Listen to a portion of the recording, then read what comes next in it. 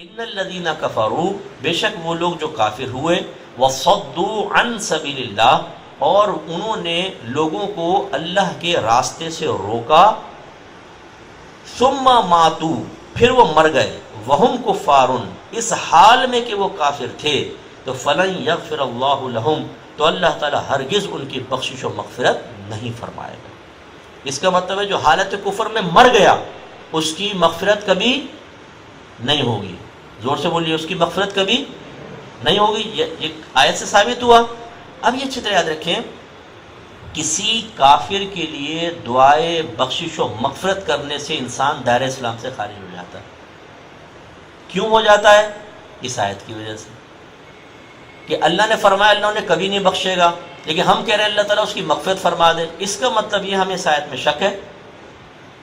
یقین ہوتا تو کبھی نہ کرتے، ہم کہتے ہیں آیت میں تو موجود ہے، ہوگی نہیں، لیکن اس کے باوجود ہم اس کے لیے دعا بخشش و مغفرت کر رہے ہیں، تو اس کا مطلب اس آیت پر ہمارا اعتقاد اور ایمان نہیں رہا۔ اور ایک قرآن کی ایک آیت پر بھی انسان کا اعتقاد نہ رہے تو وہ دائرہ اسلام سے خارج ہو جاتا ہے۔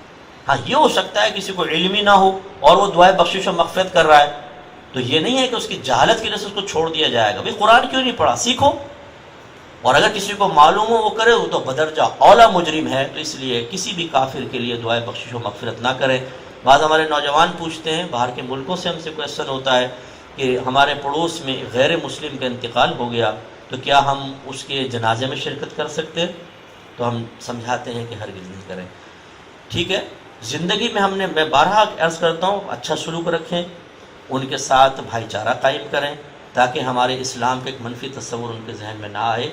لیکن کافر کے جنازے میں شرکت سے نبی کریم نے منع فرمایا، کیونکہ جب کوئی حالت کفر میں چلا جاتا ہے تو وہاں پر لعنتوں کا نزول ہوتا ہے، جو وہاں موجود ہوتا ہے سب پہ لعنت آئے۔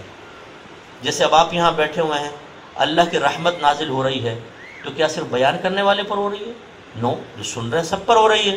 اس کا مطلب ہے مجمع جس قسم کا ہوتا ہے اس قسم کا جو بھی چیز نازل ہو رہی ہے پورے مجمع میں تقسیم ہوگی۔ اگر رحمت ہے سب میں تقسیم ہوگی، اور لعنت ہے تو سب میں تقسیم ہوگی۔ اس لیے منع کیا جاتا ہے کہ وہاں پر اگر ویڈیو اچھی لگی ہو تو اس کو دوسروں کے ساتھ ضرور شیئر کیجیے، اور ہاں ایسی ویڈیوز کے لیے چینل کو سبسکرائب کرنا مت بھولیں۔